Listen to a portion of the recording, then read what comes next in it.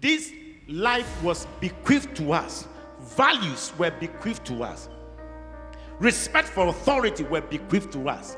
You, in this generation, you have responsibility to hand over a decent society to your children, because your parents handed over a respectable society. How come you are supervising a society that has no respect for the elderly? You are supervising a society that has no respect for values.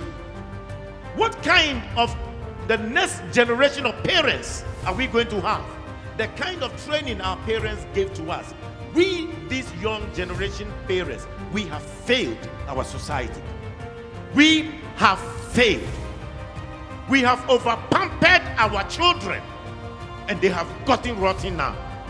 They believed in that time that a good name is better than riches. But unfortunately, you, this generation, you now believe that riches is better than a good name. Where did you learn this from? Where did you get that spirit from? Where did you get this attitude from? That was not what your parents taught you.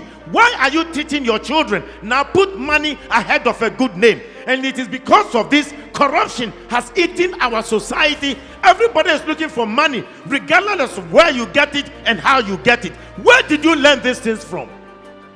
This generation of people 40 years to 75, you have failed your children. You have failed your grandchildren. And it is time you rise up, correct the mess behind you before you exit this world.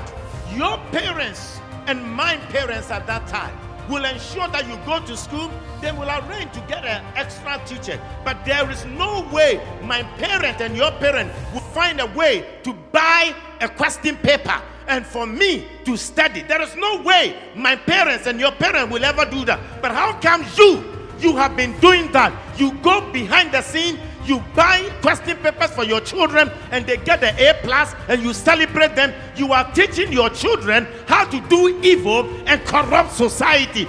This generation is responsible for the mess we are in.